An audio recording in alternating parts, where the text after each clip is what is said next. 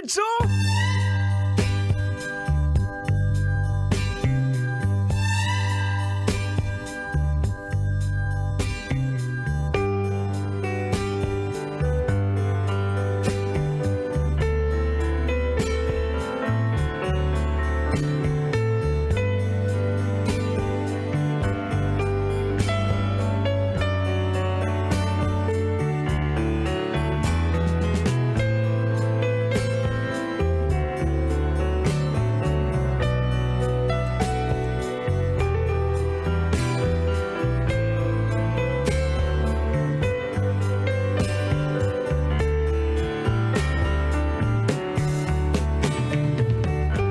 Usa kaming gabi mga angkol ug mga auntie, tugutin sa mga yog katahuran. Magandang gabi po sa inyo mga kabisyo.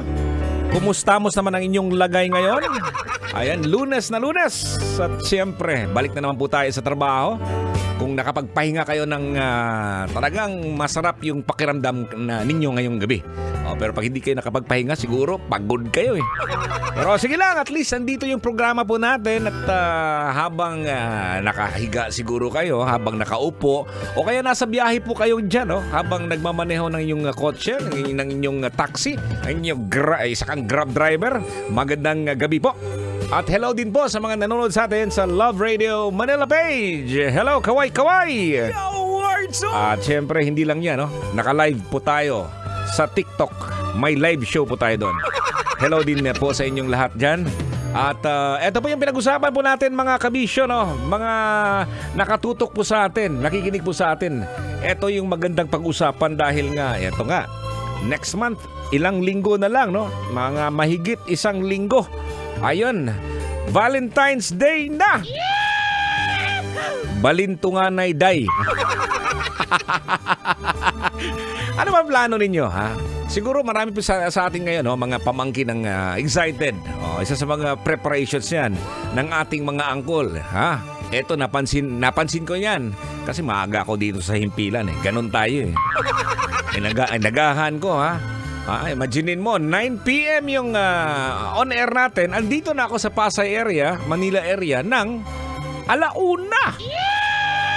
Talagang excited ako. So pagdating ng hapon, siguro mga 5:00, alas 6 ng gabi na, marami na ako nakikita na tumatakbo dito sa may CCP area. Tapat lang po ng aming himpilan. Sabi ko, balik alindog tong mga kagwang na to. Oy, hindi lang mga babae yung mga tumatakbo, pati yung mga lalaki. Okay po yan mga kabisyo, Hindi yan dahil nga kayo nga naghahanap po ng jowa, naghahanap po ng partner. Siguro dahil it's high time na. It's high time dahil nga mga nakaraang December, ang dami nyong kinain, Humba, lechong baboy. Grabe. Mga matataba, mga mantikaon. Maawa naman kayo sa katawan nyo. At least kahit paano may detoxification process ang inyong mga katawan. Ayan. At siyempre naman, ito maganda din itong pag-usapan. Dito rin. Ang pinag-usapan po natin dito, ang pagiging loyal.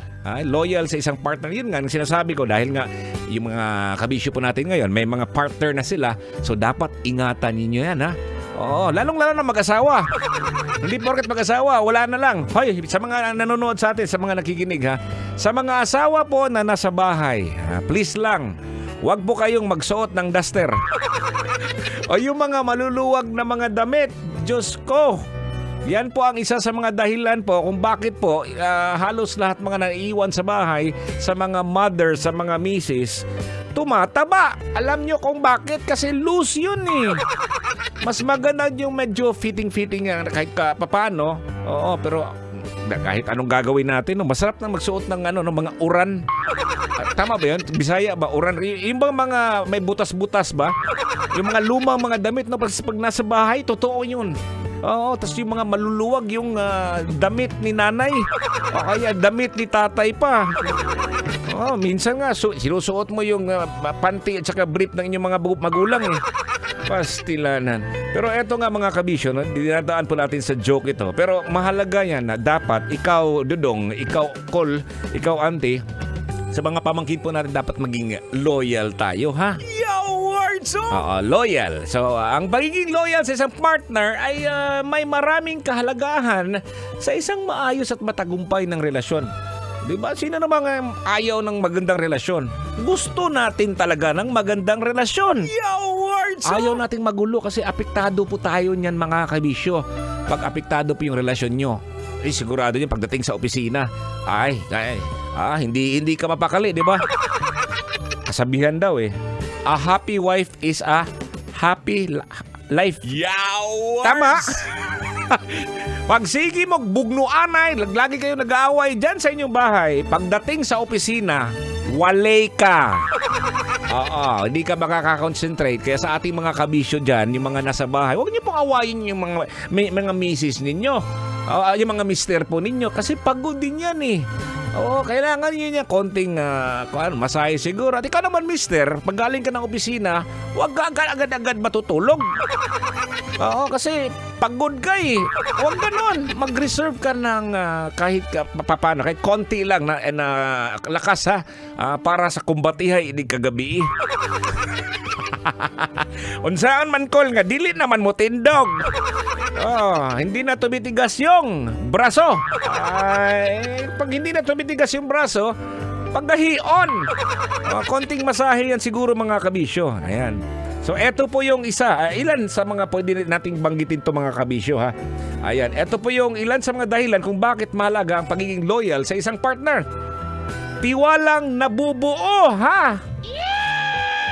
Ang loyalty ay nagpapalakas ng tiwala sa pagitan ng mga partner. So kapag alam mong matatagpuan mo yung partner sa lahat ng oras na dadagdagan ang tiwala mo sa kanila. Halimbawa, ganitong oras, 5:00 lang yung trabaho. Sa ganitong oras, alam mo na kung nasaan siya. Andun siguro sa kapitbahay. Nagyarok. Umiinom siguro ng isang boteng Vino di Pataranta. Alam mo na. Ganon. So, tiwala ba? May tiwala sila. Kasi alam, ikaw din naman, magpaalam ka rin naman.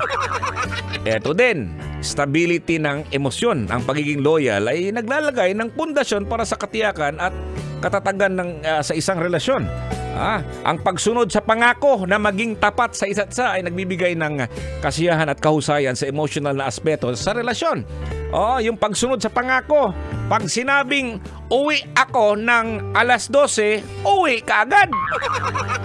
Hindi yung sige, uwi na ka. Tatawagan ka na. Hello. Halimbawa, asawa na. Hello darling, saan ka na? Sasagutin ng asawa. Dito ako, giinom pa, giinom. Sige, bye-bye. Sige, bye-bye.